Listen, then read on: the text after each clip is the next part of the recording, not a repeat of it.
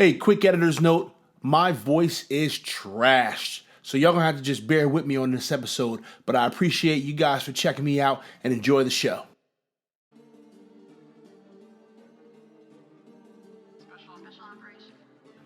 Yo, welcome to PTA Sports. I am your host, Pest the Analyst. And for the first time in a couple of years, this team is at 500. It's really sad to say, but this is a big deal for this team. This is a really big deal, man. It's been like 2 years, maybe longer. I'd have to go back and look, but it's been a while since this team was 500 at any point in the season. And I mean, it's big, I've been in locker rooms where the team was losing and the locker room was just bad. And it wasn't necessarily bad because the players had a bad attitude or anything like that. It was just bad because losing sucks. You know what I'm saying? You stack a couple of losses and things feel like, it's quicksand, and the more you move, the more you get sucked down, But I've also, on the other side, I've been in locker rooms where we were winning, and it made the week go way better. You know what I'm saying? We show up for practice. Practices feel good. We're amped up. We're excited. It doesn't feel sluggish. All your movements feel crisp and you're putting in that work and everything just feels great. So right now for this team to be at 500, first quarter of the season, man, this is huge because it allows this team to kind of build off of these couple of stacked wins. You know what I'm saying? And I can remember having some conversations with some folks, before the season started. And I was just like, hey, this first quarter is going to be really important for the Giants, man. We got some tough games in this first stretch, and then we got some even tougher games, in the second quarter of the season. And so it's going to be real important for us to come out of that first quarter at least 2-2. And here we are, 2-2. Man, let's talk a little bit about this game. This is kind of one of the first times in a long time for me to be watching a game in the fourth quarter, and I'm relaxed. I'm not worried. I'm not worried about the defense messing anything up. I'm not worried about the offense. Oh my God, we need to get a score. It was just hey man, fourth quarter, we're up by multiple possessions. We just got to go out there and do our job and make things happen. And you know what? We did that. So it was really nice to be able to just kind of relax and not be on pins and needles at the end of the game. So let's kind of take a look at some of these stats here. So DJ, Daniel Jones, he had kind of an up and down game, to be honest with you. He went 23 for 31 with 225 yards and a touchdown and 2 interceptions. So, we come out the gate, we're looking pretty good. Gallman's doing his thing. DJ's, kind of slinging the rock around a little bit. Things are looking good. And, we end up coming out and going up 14-0. And I was just like, oh, wow, man. This looks pretty good. And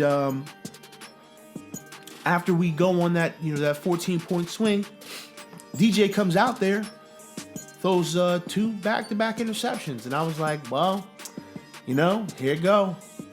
I hope that he's able to shake this off. After the first one, I was just kind of like, all right, cool, man. You got it out the way, man. Now you ain't got to worry about not throwing an interception. You got it out the way.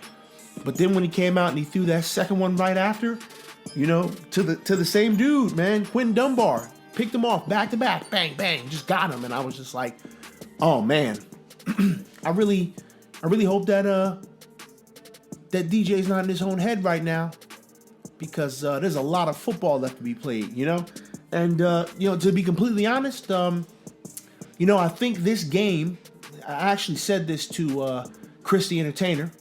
Shout out to Entertainer Talking Sports.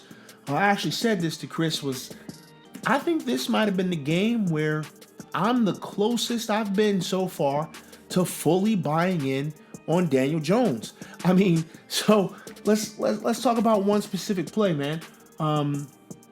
It's third down, third and forever. I don't want to say it's 3rd and 12 or something like that. I don't know. Third and super long. And DJ Jobs back. He's in the pocket.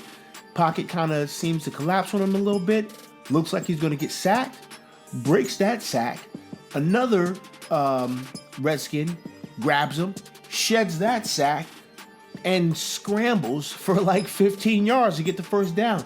And I'm gonna tell you, I jumped up out of my couch because thankfully, you know, I'm in Virginia, right? So I'm able to watch the game at home. I didn't have to go to a sports bar this time. But I jumped up out of my couch and I was like, "This kid's a monster! This kid is a monster!" I was yelling like at the top of my lungs, and I feel like at that moment, it's a very good chance that I bought into to old DJ. I'm going to be completely honest here. I'm kind of glad that he threw the 2 picks. I really am. I'm glad that he did not come out and just have another monster day because, you know, the monster days, the great games that you play, you don't learn from those games. You know what I'm saying? Like, maybe you make a mistake here and there, but if you have like a monster game and everybody's talking about you and you win an offensive player of the week, you know what I'm saying? Like, your confidence level is through the roof and everything's good. But like, it's these kind of games, it's these games where it's a little sloppy. Not everything's going your way. A little bit of adversity. These are the games that are going to kind of mold you into who you can be. So I'm glad that DJ came out and he had a sloppy game against a team that was beatable. Okay, so you know, hey, DJ did his thing. I'm really happy with it. It's funny because I was sitting there, you know, this is a little later on in the evening, and I'm listening to the post game, and you know, the wife is like, "He sounds just like Eli," and I was just like, "Yeah, it's kind of scary." But you know, hey, listen, you know, as long as he can have that calm demeanor when he's dealing with the press, and he has that calm demeanor when he's, you know, throws a interception, fumbles the ball, whatever the case may be, I'm good with it, man, because it means that he can shake that stuff off. All right, let's kind of talk about our running game. All right, this is our first full game without Saquon Barkley, right? So we had to rely on Wayne Gallman. We also have to rely on John Hilliman, and we have to rely on Elijah Penny. Our 2 feature backs, right, were Gallman and Hilliman. Gallman, believe it or not, had a monster game himself, all right? He was 18 for 63 yards and a touchdown, and he caught 6 passes for 55 yards and a touchdown. Now, he did have the 1 fumble, and I talked about this in you know, the preview. My concern with Gallman is ball security, okay? Now, thankfully, it was just 1 fumble, but still, like, you know, we're trying to close the game out, my guy. You got to hold on to that rock, okay? You can't be fumbling in times like that because, you know, we may get in a situation where we're only up a possession. Maybe we're only up 3, and you're the difference between winning and losing. And if you fumble that rock, we probably lose. John Hilliman, he had 10 touches, okay, 33 yards. He also had a fumble. He had a fumble in the red zone, and I'm gonna be completely honest with you. Man, when that fumble happened, I didn't like flip out on Hilliman because also, as I said in the preview, this kid's a rookie, right? He's making his first start, and he's gonna make a mistake. That's a mistake. I really hope that you know, these 2 really focus on ball security over the course of the next few weeks because we're going to heavily rely on these 2 to get these yards on the ground, okay? And DJ can't do it himself. He just can't, all right? Even though he's kind of capable of it, we don't need our quarterback, you know, scrambling and whatnot, you know? So it is what it is with that.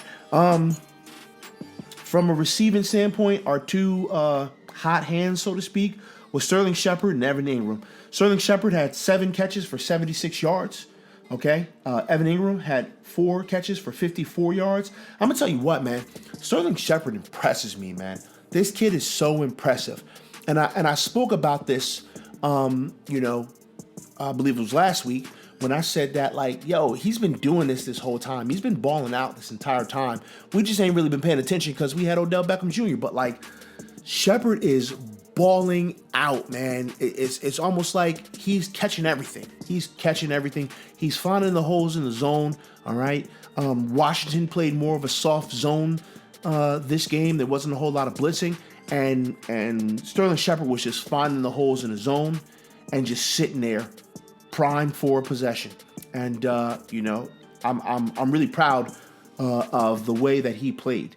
Just really quickly going into the defense, Jack Rabbit. All right,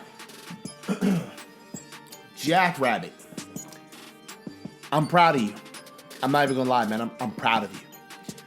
You had a horrific game against Tampa Bay. It was bad.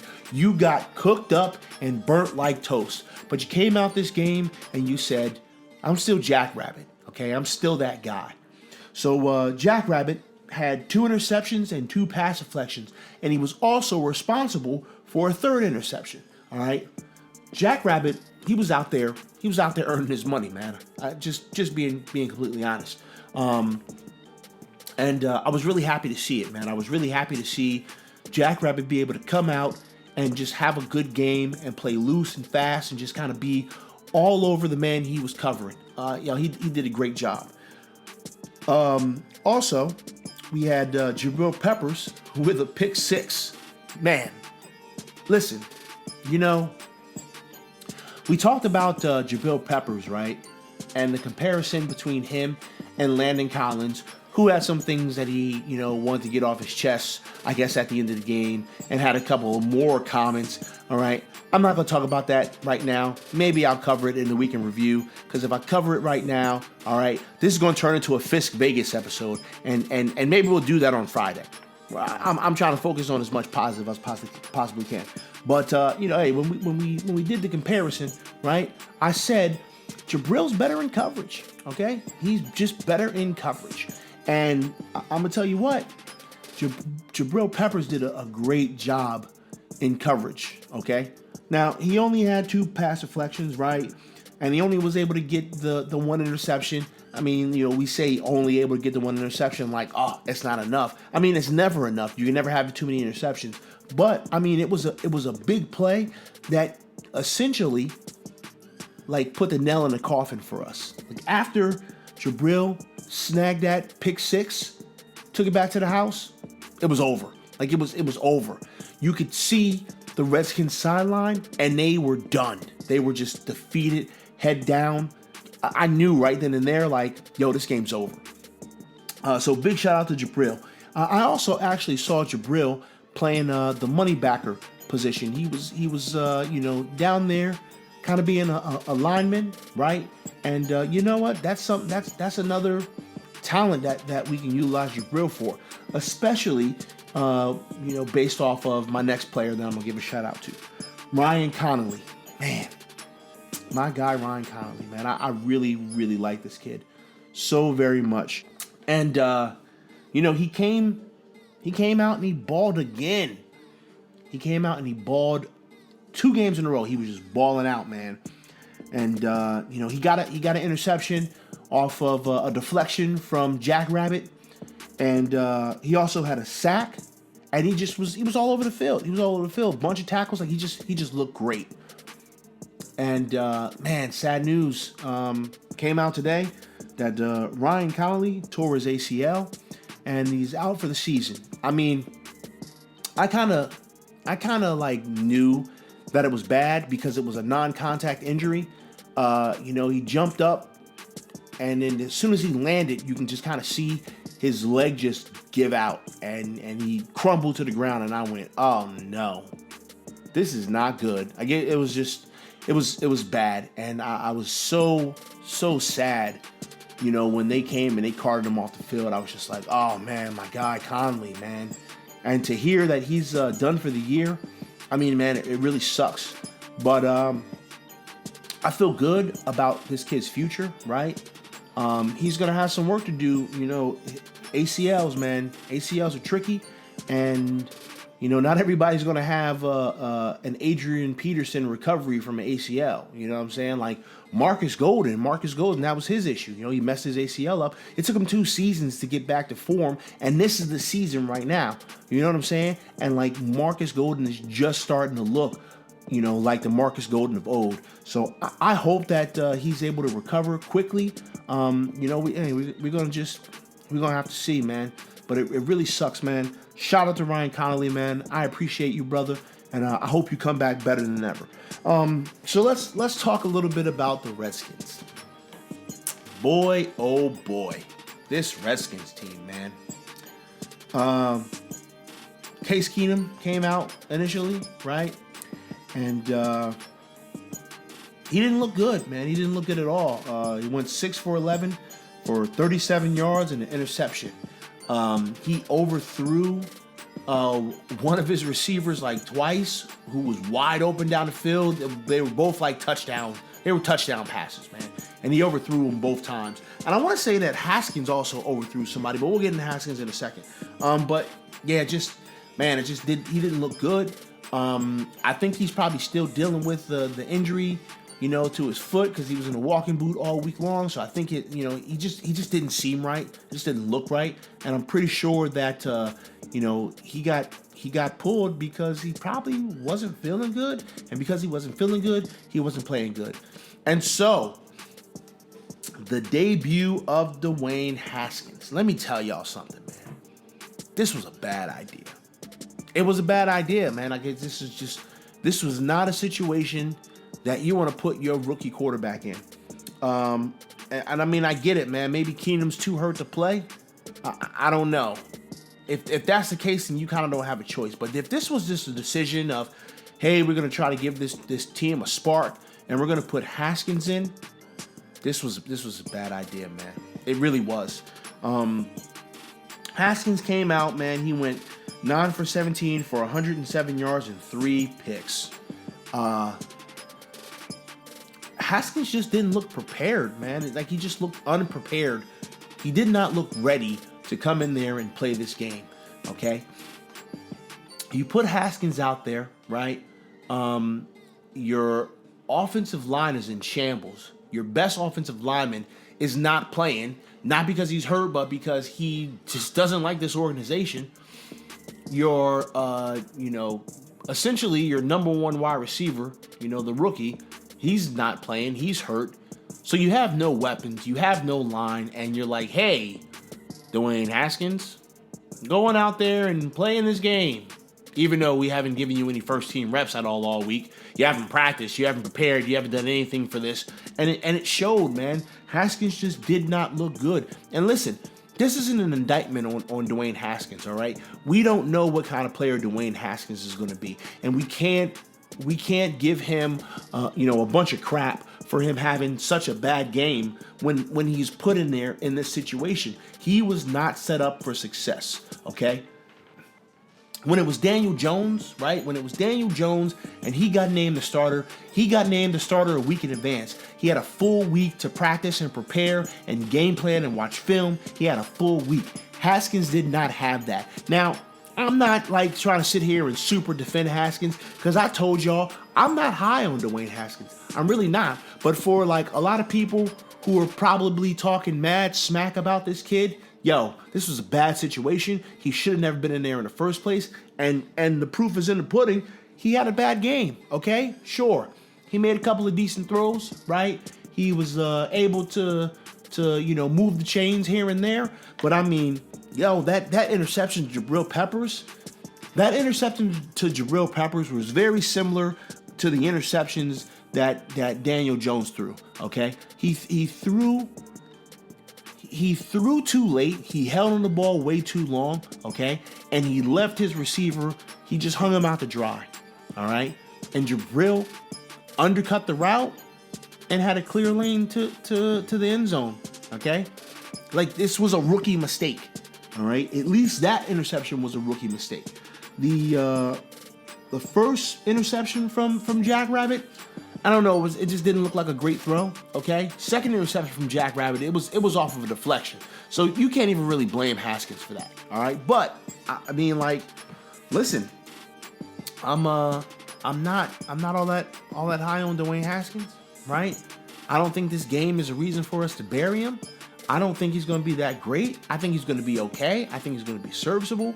But man, this is one of those situations where I kind of hope it doesn't mess with his psyche, because this can easily mess with his psyche, without question.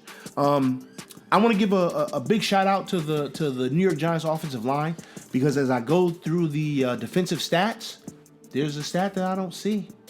A sack. The Redskins didn't get a single sack. And, I'll tell you what, they were close. They were close on quite a few sacks. There was some pressure in Daniel Jones's face, right? Easily noticeable pressure in Daniel Jones's face. But, like, the offensive line did a great job, okay? So, hey, good team win, right? Played well on all, well, we played well in two phases of the game, and our punter did well. I don't know what TJ Jones was doing. It looks like TJ Jones is scared to catch punts, because homeboy muffed two of them. They pulled him out of the game for a couple of punts. He went back out there, and I tell you, man, when it looked like he was going to catch that punt, I was like, man, if this dude muffs this other punt, he needs to just leave the stadium now. I hope TJ Jones is able to settle down, because if you're going to be our punt returner, man, you can't be muffing punts. You can't be muffing punts. All right, that's a recipe for disaster, my guy. So, like, you got to figure that out, because that's just not a good look. But I mean, overall, the team played really well, right? I'm really happy for this team. I'm really proud of this team again, right? I'm happy for the fans, because we get to have another week, another week when the Giants win. We get to just, chill, relax, right? And enjoy this win. Because, boy, do we have a test coming up this weekend, okay? If these first two games were not a test for Daniel Jones, this next game is getting ready to be a major test, okay? So, we got to just sit back and kind of enjoy these wins, right? And let's not get ahead of ourselves, right? It's nice that we stack 2 wins up. It's nice that we 500, okay? It ain't always going to be sunshine and lollipops, and we're going to have to deal with the bad when it comes. And you guys will see on Friday when I do my weekend review and I talk about this game. I think it's going to be some bad coming up. Hey, we never know. But like I said, hey, enjoy it. Enjoy it right now, man. We got a full week where we can just enjoy the fact that our team won. It's always a good week when the Giants win. So, hey, I'm gonna leave it there, okay? I appreciate you guys coming and checking out my video, right? I appreciate you guys hitting me up on Twitter. Some of y'all have been reaching out to me, and I appreciate that. I appreciate those who've been commenting and thumbs up in my videos, all right? Let's keep that going, okay? Hey, like, comment, subscribe, share with your friends. Tell everybody about PTA Sports. I appreciate you guys, and I'll catch you later. Deuces.